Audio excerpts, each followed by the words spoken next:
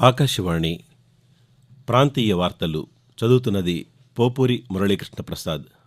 ముఖ్యాంశాలు: పర్యావరణ మార్పులను ఎదుర్కోవడం కోసం ఐక్యరాజ్యసమితి నిర్దేశించిన విధానాలకు భారత్ కట్టుబడి ఉందని ప్రధానమంత్రి నరేంద్ర మోదీ ఉద్ఘాటించారు. విద్యాశాఖలో చేపట్టిన నాడు నేడు రెండవ దశ పనులు నిర్దేశించిన గడువులోపు పూర్తి చేయాలని ఆంధ్రప్రదేశ్ ముఖ్యమంత్రి వైఎస్ జగన్మోహన్ రెడ్డి అధికారులను ఆదేశించారు. పార్లమెంట్ శీతాకాల సమావేశాలు సోమవారం నుంచి ప్రారంభం కానున్న నేపథ్యంలో కేంద్ర ప్రభుత్వం ఈరోజు అఖిలపక్ష సమావేశాన్ని నిర్వహించనుంది.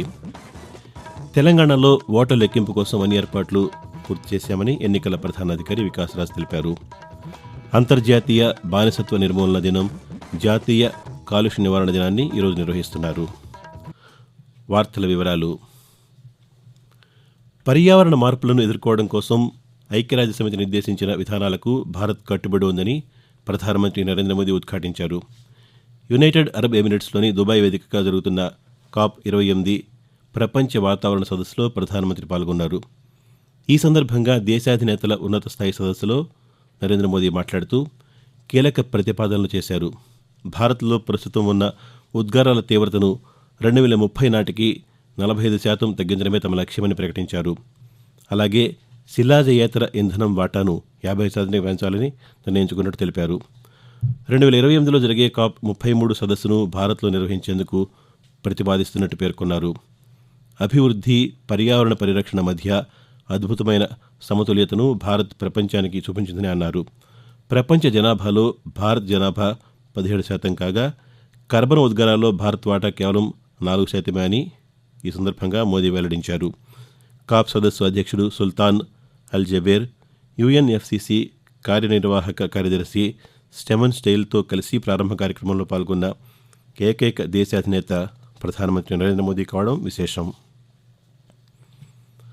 ఆంధ్రప్రదేశ్లో విద్యాశాఖలో చేపట్టిన నాడు నేడు రెండవ దశ పనులు నిర్దేశించిన గడువులోపు పూర్తి చేయాలని ముఖ్యమంత్రి వైఎస్ జగన్మోహన్ రెడ్డి అధికారులను ఆదేశించారు. మొదటి దశలో పూర్తయిన వాటిలో క్రమం తప్పకుండా నిర్వహణ ఉండాలని అన్నారు. విద్యాశాఖపై తాడేపల్లి క్యాంపు కార్యాలయంలో ముఖ్యమంత్రి నిన్న సమీక్ష నిర్వహించారు. ఈ సందర్భంగా ఆయన మాట్లాడుతూ తరగతుల్లో వెనుకబడిన వారిపై ప్రత్యేక దృష్టి పెట్టి వారిని మెరుగ్గా తయారు చేయడానికి అవసరమైన కార్యక్రమాలు చేపట్టాలని సూచించారు. వచ్చే విద్యా సంవత్సరం పాఠశాలలు పునఃప్రారంభమయ్యే నాటికి విద్యా కానుక అందించేందుకు చర్యలు తీసుకోవాలని ఆదేశించారు. 6 నుంచి 10 తరగతుల విద్యార్థులకు ఫ్యూచర్ స్కిల్స్ పాఠ్యాంశాలు, 9, 10 తరగతుల వారికి ఐచ్ఛికంగా జపనీస్, జర్మన్ లాంటి విదేశీ భాషలు ప్రవేశపెట్టాలని ఈ సందర్భంగా నిర్ణయించారు. తెలంగాణతో సహా 4 రాష్ట్రాల్లో శాసనసభ ఎన్నికల ఓట్ల లెక్కింపు రేపు చేపట్టేందుకు కేంద్ర ఎన్నికల సంఘం అన్ని ఏర్పాట్లు పూర్తి చేసింది. మధ్యప్రదేశ్, రాజస్థాన్, ఛత్తీస్గఢ్, మిజోరాం, తెలంగాణ రాష్ట్రాల శాసనసభలకు పోలింగ్ ముగియడంతో మిజోరాం మినహా మిగిలిన రాష్ట్రాల్లో రేపు ఒకేసారి ఓట్ల లెక్కింపు చేపట్టనున్నారు.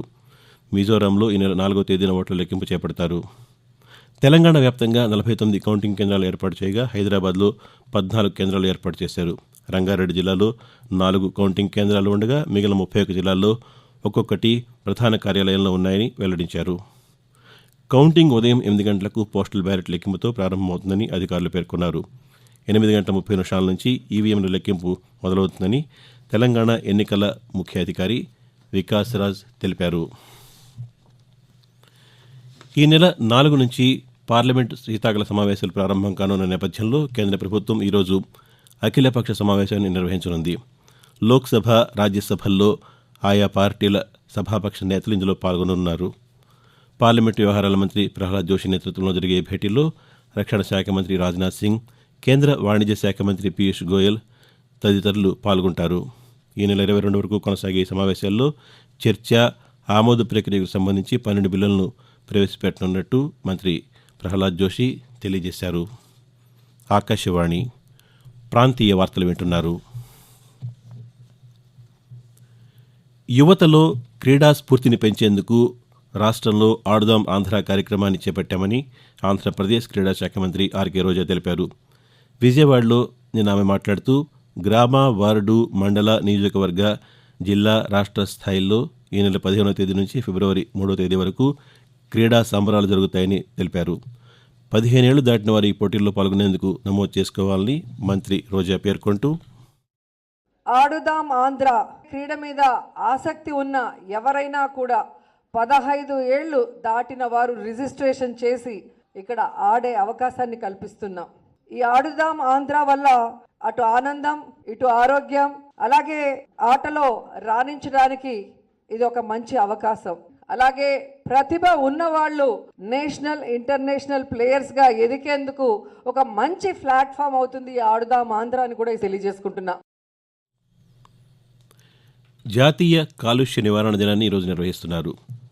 1984 డిసెంబర్ 2వ తేదీన భోపాల్ గ్యాస్ దుర్ఘటనలో ప్రాణాలు కోల్పోయిన వారి స్మృత్యర్థం ఈ కార్యక్రమం జరుగుతోంది. నీరు, గాలి, నేల, శబ్ద కాలుష్యాలకు కారణమయ్యే పరిశ్రమలపై ప్రజలకు అవగాహన కల్పించడం, తద్వారా మెరుగైన లేదా స్వచ్ఛమైన వాతావరణం సాధించడం ఈ కార్యక్రమ నిర్వహణలోని ముఖ్యోద్దేశం. ఈరోజు అంతర్జాతీయ బానిసత్వ నిర్మూలన దినంగా పాటిస్తున్నాం. బానిసత్వాన్ని నిషేధించి 2 శతాబ్దాలైనప్పటికీ కొన్ని చోట్ల సాంప్రదాయపూర్వకంగా ఉంటే మరికొన్ని చోట్ల కొత్త రూపాల్లో ఇంకా కొనసాగుతోంది. 1949 డిసెంబర్ 2వ తేదీన మానవ అక్రమ రవాణాపై ఐక్యరాజ్య సమితి ఒక తీర్మానాన్ని ఆమోదించింది. అప్పటి నుంచి డిసెంబర్ 2వ తేదీని అంతర్జాతీయ బానిసత్వ నిర్మూలన దినంగా ప్రకటించారు. వెట్టి చాకిరీ, బాల కార్మికులు, అక్రమ రవాణాల రూపంలో ఇంకా బానిసత్వం కొనసాగుతున్న విషయాన్ని అందరికీ తెలియజేసి దీన్ని నిర్మూలించేందుకు ప్రభుత్వం, స్వచ్ఛంద సంస్థలు ఈ సందర్భంగా పలు అవగాహన సదస్సులు ఏర్పాటు చేస్తున్నాయి. ఆంధ్రప్రదేశ్లోని ఉమ్మడి కర్నూలు జిల్లాలో నెలకొన్న కరువును క్షేత్రస్థాయిలో పరిశీలించేందుకు ఈ నెల 6, 7 తేదీల్లో కేంద్ర బృందం పర్యటించనుందని వ్యవసాయ శాఖ అధికారులు తెలిపారు. కరువు పరిశీలకులు రాష్ట్రానికి 3 బృందాలుగా వస్తుండగా ఒక బృందం కర్నూలు జిల్లాలో పర్యటిస్తుందని అధికారులు తెలిపారు. కర్నూలు జిల్లాలో 26 మండలాలు ఉండగా తుగ్గలి, కర్నూలు రూరల్ మండలాలు మినహా మిగిలిన 24, నంద్యాల జిల్లాలో 6 మండలాలను కరువు ప్రాంతాలుగా ప్రభుత్వం గుర్తించిందని తెలిపారు. కేంద్ర బృందానికి కర్నూలు రూరల్, తుగ్గలి, నంద్యాల జిల్లాల్లోని మరికొన్ని మండలాల్లో నెలకొన్న కరువు పరిస్థితిని వివరించనున్నట్టు అధికారులు తెలిపారు. ఇన్నర్ రింగ్ రోడ్ కేసులో తెలుగుదేశం పార్టీ అధినేత నారా చంద్రబాబు నాయుడు దాఖలు చేసిన ముందస్తు బెయిల్ పిటిషన్పై హైకోర్టులో విచారణ వాయిదా పడింది. పిటిషన్పై తదుపరి విచారణను ఉన్నత న్యాయస్థానం జనవరి 6వ తేదీకి వాయిదా వేసింది. మరోవైపు ఫైబర్ నెట్ కేసులోనూ ఏపీసీఐడీ వేసిన పీటీ వారెంట్లపై విజయవాడ ఏసీబీ కోర్టులో నిన్న విచారణ జరిగింది. ఇరుపక్షాల వాదనలు విన్న ధర్మాసనం తదుపరి విచారణను డిసెంబర్ 5వ తేదీకి వాయిదా వేసింది. వాతావరణం. ఆగ్నేయ బంగాళాఖాతంలో ఏర్పడిన తీవ్ర అల్పపీడనం వాయుగుండంగా బలపడినట్లు అమరావతి వాతావరణ కేంద్రం తెలిపింది. ఇది పశ్చిమ వాయవ్య దిశగా పయనించి ఈరోజు నైరుతి బంగాళాఖాతంలో తీవ్ర వాయుగుండంగా ఆదివారానికి తుఫానుగా బలపడుతుందని పేర్కొంది. అనంతరం వాయవ్య దిశగా పయనించి సోమవారం నాటికి నెల్లూరు, మచిలీపట్నం మధ్యలో తీరం దాటేందుకు అవకాశం ఉందని అధికారులు తెలిపారు. తుఫాను ప్రభావంతో ఆది, సోమవారాల్లో ఆంధ్రప్రదేశ్లోని కొన్ని ప్రాంతాల్లో భారీ నుంచి అతి భారీ వర్షాలు, అనేక ప్రాంతాల్లో తేలికపాటి నుంచి ఒక మోస్తరు వర్షాలు కురిసే అవకాశం ఉందని పేర్కొన్నారు. మరోవైపు రానున్న 2 రోజుల్లో తెలంగాణలో అక్కడక్కడ తేలికపాటి వర్షాలు, కొన్ని చోట్ల మోస్తరు వర్షాలు కురిసే అవకాశం ఉన్నట్లు వాతావరణ శాఖ తెలిపింది. నాగార్జున సాగర్ జలాల విడుదలపై ఆంధ్రప్రదేశ్, తెలంగాణ మధ్య నెలకొన్న వివాదంపై కేంద్ర హోంశాఖ స్పందించింది. తెలంగాణ, ఆంధ్రప్రదేశ్ రాష్ట్రాల ప్రభుత్వ ప్రధాన కార్యదర్శులు, డీజీపీలతో నిన్న కేంద్ర హోంశాఖ ముఖ్య కార్యదర్శి అజయ్ కుమార్ భల్లా దృశ్య మాధ్యమ సమావేశం నిర్వహించారు. సాగర్ జల విడుదల విషయంలో నవంబర్ 28కి ముందు ఉన్న పరిస్థితి కొనసాగిస్తూ డ్యాం నిర్వహణను కృష్ణానది యాజమాన్య బోర్డుకు అప్పగించడంతో పాటు సీఆర్పీఎఫ్ దళాల పర్యవేక్షణకు అప్పగించాలని ఈ సందర్భంగా ప్రతిపాదించారు. ప్రాంతీయ వార్తలు ముగించే ముందు ముఖ్యాంశాలు మరోసారి. పర్యావరణ మార్పులను ఎదుర్కోవడం కోసం ఐక్యరాజ్య సమితి నిర్దేశించిన విధానాలకు భారత్ కట్టుబడి ఉందని ప్రధానమంత్రి నరేంద్ర మోదీ ఉద్ఘాటించారు. విద్యాశాఖలో చేపట్టిన నాడు నేడు 2వ దశ పనులు నిర్దేశించిన గడువులపు పూర్తి చేయాలని ఆంధ్రప్రదేశ్ ముఖ్యమంత్రి వైఎస్ జగన్మోహన్ రెడ్డి అధికారులను ఆదేశించారు. పార్లమెంట్ శీతాకాల సమావేశాలు సోమవారం నుంచి ప్రారంభం కానున్న నేపథ్యంలో కేంద్ర ప్రభుత్వం ఈరోజు అఖిలపక్ష సమావేశాన్ని నిర్వహించనుంది. తెలంగాణలో ఓట్ల లెక్కింపు కోసం అన్ని ఏర్పాట్లు చేశామని ఎన్నికల ప్రధానాధికారి వికాస్ రాజ్ తెలిపారు. అంతర్జాతీయ బానిసత్వ నిర్మూలన దినం, జాతీయ కాలుష్య నివారణ దినాన్ని ఈరోజు నిర్వహిస్తున్నారు. ప్రాంతీయ వార్తలు ఇంతటితో సమాప్తం.